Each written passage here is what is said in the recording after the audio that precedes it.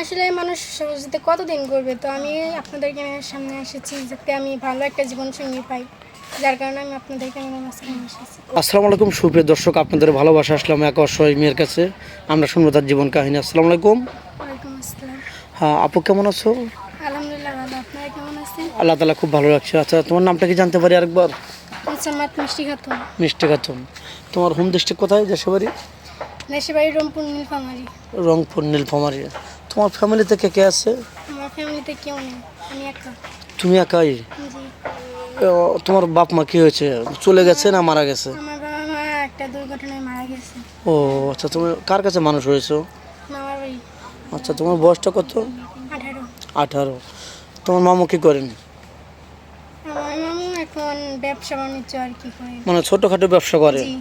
আচ্ছা, তোমার মামু তোমাকে এতটুকু করছে, এত বড় করছে, তুমি একটা ইতিম ভাগ্নি, তোমাকে বিয়ে দেওয়ার মতো তার কোনো অ্যাপালিটি নাই? না। অ্যাপালিটি নাই? না। যাই হোক, তার ওই ফ্যামিলিতে তোমার মামা তো ভাই বোন কয়জন? আমার মামা তো ভাই বোন একজন, মামা মানে একটা ভাই আর একটা। মামার একটা ছেলে একটা মেয়ে? জি।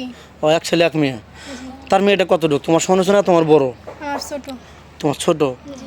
তারও মোটামুটি বিয়ের বয়স হয়েছে, এই তো। জি। তো তার চিন্তাধারা হচ্ছে যে বড় করছি, কষ্ট করে লেখাপড়া করেছি যতটুকু পারি। তোমার পড়াশোনা কতটুকু? এসএসসি। এসেছে, পরীক্ষা দিছো? তাহলে হয়তো সে মনে মনে ভাবছে, যেহেতু তার মামি আছে, মানে তোমার তো মামি আছে, তার ওয়াইফ আছে, মামা যদি আপন হয় মামি কিন্তু আপন না। জি। সে কিন্তু পড়ার মেয়ে। সে হয়তো মনে মনে চাচ্ছে যে আমার তো সন্তান বড় হয়ে গেছে, তাকে বিয়ে দিতে হবে, তাহলে আমি পড়ার মেয়ে কেন বিয়ে দিয়ে এত টাকা খরচ করব? তো তোমার বাড়ির আশেপাশে কোনো লোক এমনিতেই যৌতুক ছাড়া বিয়ে করতে চায় না? না। যৌতুক ছাড়া বিয়ে করতে চায় না? না। তো অনেক কষ্ট। আমাদের ক্যামেরার সামনে কি জন্য আসছো, মানে কিছু আর্থিক সহযোগিতার জন্য না বিয়ার জন্য? আসলে মানুষ সহজতে কতদিন করবে, তো আমি আপনাদেরকে সামনে এসেছি যাতে আমি ভালো একটা জীবনসঙ্গী পাই, যার কারণে আমি আপনাদেরকে মাঝখানে এসেছি। অনেক সুন্দর কথা বলছে। মেয়েটা খুবই ইতিম, অসহায়। মেয়েটার মুখটা দেখলেই মায়া লাগে, কারণ দুনিয়াতে কেউ নেই, নাই বলতে কিচ্ছু নেই। মামার কাছে মানুষ হিসেবে এখন দেখা পাচ্ছে তারও মেয়ে আছে, বড় হয়ে গেছে, বিয়ে শাদী হতে হবে বা দিতে হবে, তাহলে ভাগ্নিকে বিয়ে দিলে অনেক টাকা লাগবে।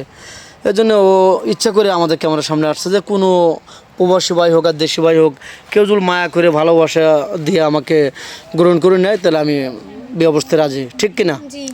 আচ্ছা, যাই হোক, কোনো প্রবাসী ভাই তোমাকে বিয়ে করতে চাইলে তুমি কি রাজি হবে? জি। যাবে তো? বাইরে যদি নিয়ে যেতে চায়, সিঙ্গাপুর? বিয়ের পর সে আমার স্বামী হবে, বাট সে যা বলবে তাই শুনতে হবে আমার। ও একজাক্টলি রাইট কথা বলছো, খুবই ভালো লাগছে। কারণ বিয়ের পরে স্বামী একমাত্র তোমার সব কিছু ভরণ পোষণ, দায়িত্ব, তোমার খেয়াল খুশি সব কিছু রাখবে, ভালো মন্দ।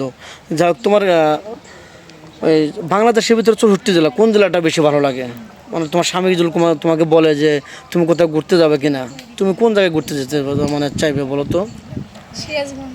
সিরাজগঞ্জ ঘুরতে যাবে কেন? ওখানে কি নদী দেখতে যাবে নাকি, যমুনা নদী? জি। ও, ওটা খুবই নদী খুবই ভালো লাগে। জি। যাই হোক, মানুষ এক একজন এক এক রকমের। ওর হয়তো খুবই ইচ্ছা নদী দেখতে, ওর দেশে হয়তো নদী নেই। তো স্কেবার বাড়াতে চাচ্ছি না। তোমার ফোন নাম্বারটা দিয়ে দাও, কীভাবে তোমাকে পাবে?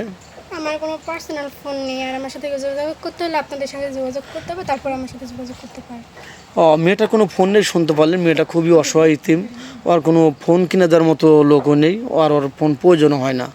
আপনারা যদি কেউ ভালোবেসে বিয়ের সাথে করতে চান, আমাদের নাম্বার দেওয়া থাকবে স্ক্রিনে, কেউ ভিডিও কল দেবেন না।